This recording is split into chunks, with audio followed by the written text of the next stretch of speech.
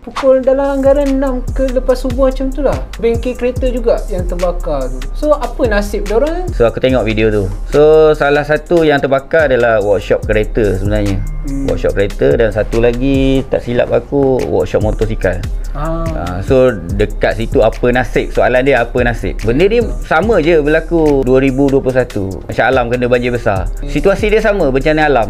Benda yang di luar jangka ataupun orang panggil kemalangan. So bagi aku benda ni apa nasib dia depend on preparation dia. Andai katalah preparation tak ada, insurans tak ada, tak kaful ke, semua tak ada, so dia akan jadi masalah besar. Kereta customer yang duduk dalam premis tu.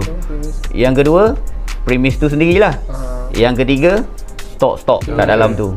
Yang keempat, yang paling besar, bisnes dia lah. So berapa lama dia nak bangkit balik kan. Dalam workshop ni, macam workshop kita sendiri kat sini ataupun dekat Transmatic Autobank kan, ada yang kereta yang rotek pun dah mati. Yang hantar repair. Itu lagi pun masalah tu. Itu masalah owner nak menanggung kan. Insurans tak ada. Contoh yang masa banjir besar tu, masa tu insurans untuk bencana alam ni orang belum ada awareness lagi. So banyak yang tak ambil. So bila berlaku, workshop tolak dekat owner tolak dekat workshop. So bergaduh.